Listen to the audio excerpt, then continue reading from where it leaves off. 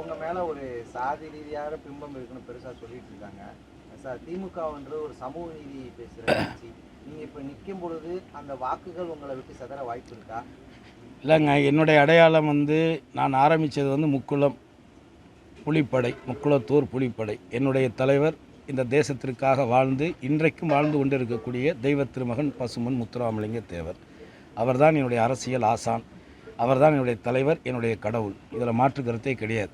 ஆனால் அண்ணன் திருமாவளவன் அவர்கள் சொன்னதைப் போல நான் ஒரு சமுதாய ரீதியான அமைப்பு வைத்திருந்தாலும் நான் எந்த ஒரு சமூகத்துக்கும் எதிரான வெறுப்பு அரசியலை இதுவரை இந்த 17-18 ஆண்டுகளாக நான் செய்ததே இல்லை. என் தலைவரே எங்களுக்கு என்ன சொல்லியிருக்காருன்னா, நாம் யாருக்கும் தாழ்ந்தவர் அல்ல, நமக்கு யாரும் தாழ்ந்தவர் அல்ல அப்படிங்கிறது தான் அவருடைய உயர்ந்த சிந்தனை.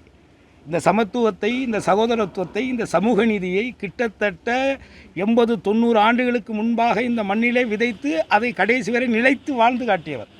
அதனால் எனக்கு என் மேலே அந்த பார்வையெல்லாம் கிடையாது. நான் என்றைக்குமே அது மாதிரி நான் இயல்பாகவே நான் மனிதனை மதிக்கக்கூடியவன், மனித நேயத்தை மதிக்கக்கூடியவன், மனித அன்பை நேசிக்கக்கூடியவன். அதனால தான் என்கிட்ட இவ்வளோ இப்போ நடிகராக இருக்கேன், நான் இங்கே எப்படி வாழ்ந்துட்டுருக்கேன்னு இங்கே சுற்றி இருக்கிற கிராமங்களில் போய் கேட்டிங்கன்னா சொல்லிடுவாங்க. அதனால் எனக்கு அதெல்லாம் பாதிப்பெல்லாம் வராது. இன்னொன்று, உண்மை என்றைக்குமே வெல்லும்.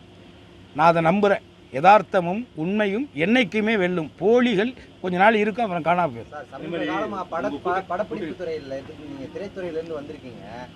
இப்போ பார்த்தீங்கன்னா நயன்தாரா, திரிஷா, இந்த மாதிரி நடிகைகள் பேர்லாம் அரசியல் வட்டாரத்தில் பெருசாக பேசப்படுது. அவங்கள சுட்டி காட்டி பேசுகிறாங்க. இதெல்லாம் எப்படி பார்க்குறீங்க? அது அதெல்லாம் ஒரு அநாகரிகமான செயல் தான். ஏன் என்ன கூட தான் சொன்னாங்க, கூவத்தூரில் நான் கூழு காய்ச்சினேன், அப்புறம் இது பண்ணேன்லாம் கூட தான் சொல்கிறாங்க. அது நரம்பற்ற நாக்கு என்ன வேணாலும் பேசும். தகுதியற்றவர்களுக்கெல்லாம் நம்ம பதில் சொல்ல தேவையில்லை. ஒரு நடிகையை நடிகையாக பார்க்கணும். ஏன்னா அவங்களுக்கு இருக்கக்கூடிய அந்த விளம்பர வெளிச்சத்தை இந்த மாதிரி கீழ்த்தரமான சிந்தனைகளுக்கு உயிரூட்டுவதற்கு முயற்சி செய்வது நல்ல விஷயம் இல்லை. அது ஒரு பாவகாரியம். அது நாளைக்கு அவங்களையும் அவங்க குடும்பத்தையுமே அது எதிரொலிக்கும். நீங்கள் எம்எல்ஏ ஆனான்னு சிவகங்கைக்கு என்ன பிரதானமாக என்ன செய்ய நினைப்பீங்க? நீங்கள் என்ன சொல்கிறீங்களோ அதை செய்வேன். நீங்கள் தான் மக்கள் பிரதிநிதி, நீங்கள் தான் மக்கள் ஐயா எங்களுக்கு இது வேணும், அண்ணன் எங்களுக்கு இது வேணும், அண்ணன் இதை எங்களுக்கு செய்யணுங்கிற பொழுது அதற்கான வாய்ப்புகளும் சூழ்நிலைகளும் சரியாக இருக்கும் பட்சத்தில் அதற்கான நிதிகளை நிச்சயமாக முதலமைச்சரிடத்தில், துறை சார்ந்த அமைச்சரிடத்தில் பேசி போராடி நான் அதை செய்வேன். அவர் தான் எம்பி, சிவகங்கை மாவட்டத்துக்கு எம்பி கார்த்திக் சார் தான். ரெண்டாவது அவர் பாசுமரம் அண்ணன் அமைச்சராக இருந்த காலங்களில் தான் இங்கே ஸ்பைசி சம்மந்தப்பட்ட ஒரு சிட்டியை ஒரு ஸ்கீம் போட்டு டெவலப் பண்ணியிருக்காங்க. பட் அது இன்னும் ஆக்கப்பூர்வம் மக்களுக்கான செயல்பாட்டுக்கு வரலைங்கிறது தான். நேற்று நான் போய் பார்த்தேன். நான் இன்னும் மக்கள்கிட்ட வாக்கு கேட்க போல. ஆனால் இங்கே என்னென்ன இது இருக்குது, எது ஆரம்பிக்கப்பட்டது, எதனால் முடங்கி கிடக்கு, அதோட நிலை என்னங்கிறத நான் நேரடியாகவே இப்போ யாரோ ஒருத்தவங்க சொல்லி கேட்டு நான் போய் பேசுகிறத விட களத்துக்கு நம்ம நேராக போய் பார்த்தோம்னா தானே சரியாக வரும். அதனால் நேற்று நான் அந்த பகுதியில் போய் பார்த்தேன்.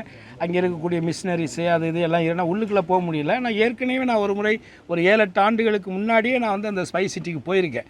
ஏன்னா அது செயல்படாமல் இருக்குதுன்னு சொல்லும் பொழுது ஒருவேளை அதை நான் குத்தகைக்கு எடுத்து நடத்தி அதன் மூலமாக ஏதாவது செய்யலாமான்னு அப்போ எனக்கு ஒரு ஆசை இருந்துச்சு. அதுக்காக நான் அப்போ போனேன். இப்போது நம்ம அந்த வேட்பாளராக நிறுத்தப்படும் பொழுது இப்போ அதோட நிலை என்ன அப்படிங்கிற போய் பார்த்தேன். அவங்க கொண்டு வந்திருக்காங்க, செஞ்சுருக்காங்க.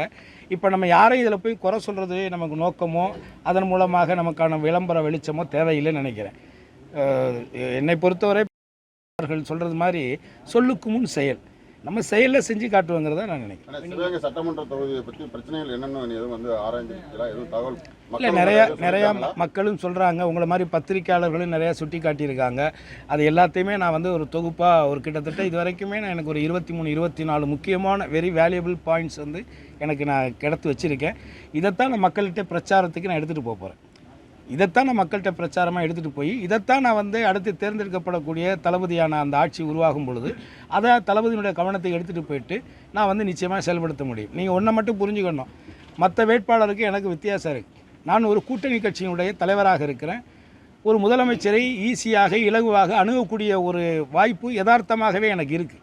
அப்போ நிச்சயமாக ஒரு சிறப்பு ஒரு நட்சத்திர வேட்பாளராக என்னை இந்த ஒரு நட்சத்திர தூதியாக தளபதி அவர்கள் இதை மாற்றியிருக்காங்க. இன்றைக்கி தமிழ்நாடு முழுக்க இன்றைக்கு சிவகங்கை ஒரு முக்கியமான ஒரு பார்வையில் இருக்குது.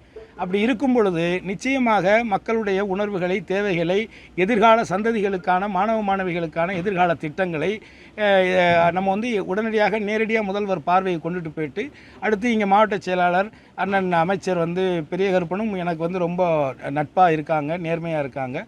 ஸோ நிச்சயமாக என்னால் செயல்படுத்த முடியும், நான் முழுமையாக நம்புகிறேன்.